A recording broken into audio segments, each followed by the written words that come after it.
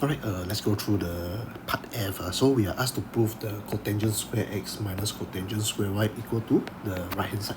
Okay, the very first thing that I must do, maybe I can try using the factorization of a square minus b square. So a square minus b square, I will get a minus b, a plus b. So that's why you see cotangent x minus cotangent y, then cotangent x plus cotangent y. Okay, then with these, because you look at the right hand side right here, apparently it's all full integers of sine and cosine.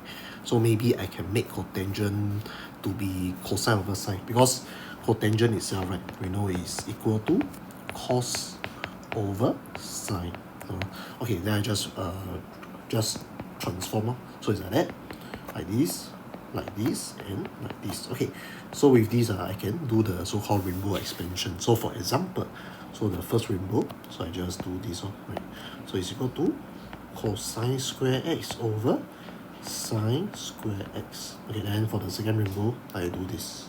So this will give you plus cosine x, cosine x cosine y, sine x sine y. Okay, the third one will be here. So it's minus cos x, cos y also can, but I just put cos x, cos y over sin x sin y. Okay, the last one is actually just the last one, right? So it's cosine y times this. So it's plus cosine square y sine square y. Okay. Okay, so if you look at these two terms right here, you can cancel out because it's the same thing, right? One is plus and one is minus. So this whole thing is just gone right here. Okay, so nevertheless, I can actually do the first and the last term. So it's cosine square x over sine square x plus cosine square y over sine square y.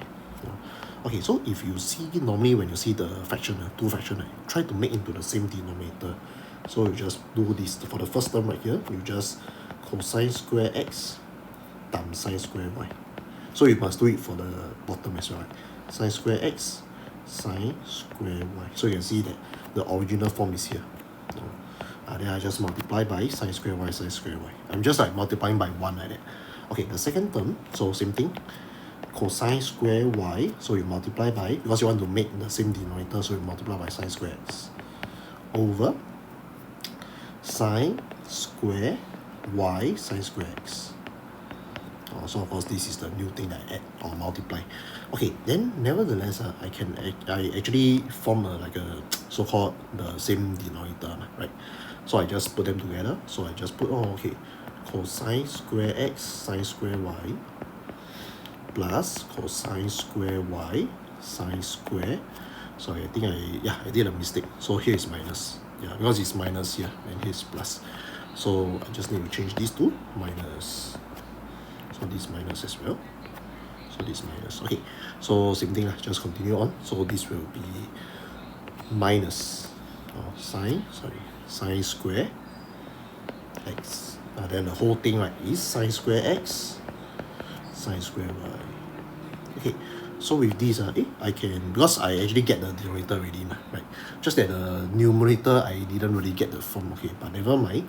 So the numerator is fully in terms of cosine. So maybe I can try to make this and try to make this, right, in terms of your cosine. So means that, okay, I'll get cosine square x. Okay, so we know that sine square y, right, there's an identity that we learn, sine square y plus cosine square y equal to 1.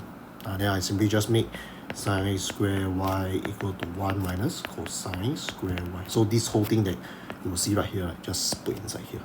So this will give you 1 minus cosine square y. Okay, so likewise, this one minus cosine square y. So this thing right here, right, sine square x, same thing. You make it into 1 minus cosine square x. Because this is x, so definitely this must be x, right? So if this is y, definitely this must be y as well. Okay, over sine square x sine square y. Okay, so almost done already. So of course, I look at the numerator, I expand. So I do the rainbow expansion. So this will give you cosine square x minus cos square x cos square y. So this one, right, multiply inside, minus cos square y And then of course just think of this, so minus cos square y times negative cosine square x, right? So it's plus cosine square y cosine square x. Okay, so I just stop here first. So you look at this term and you look at this term, you can see actually the same, right? So you cancel out. So you actually cancel out these two terms, right? So over sine square x sine square y. Okay, so what is left, right, is only cosine square x minus cosine square y. Whole thing over sine square x sine square y. Done. So that is how we actually do this proving. But I'll say this proving a bit tedious.